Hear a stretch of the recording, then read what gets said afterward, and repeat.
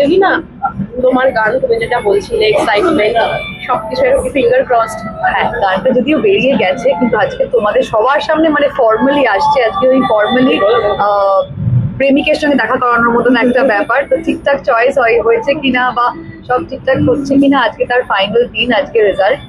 গত বছর ফেব্রুয়ারি মাসে এটা আমরা শুট করেছিলাম, প্রায় 1 বছর সময় লেগেছে রিলিজ করতে।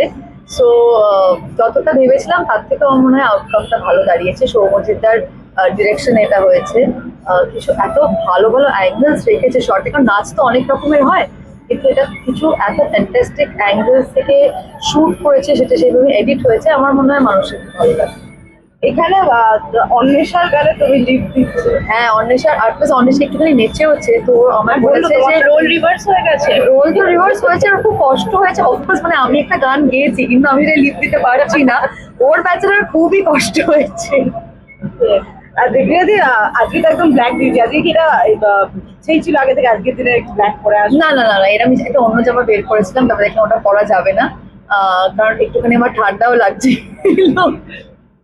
তো কিন্তু গানটা যেটা একটু ওয়েস্টার্ন, একটুখানি প্রচুর শাড়ি পরলাম এই চিতারা উৎসবের কদিন, আবার একটুখানি একটু আবার অন্য জামা কাপড় পরতে ইচ্ছা হলো, প্লাস একটা হিন্দি ওয়েস্টার্ন গান, so I want to reach to a bigger audience.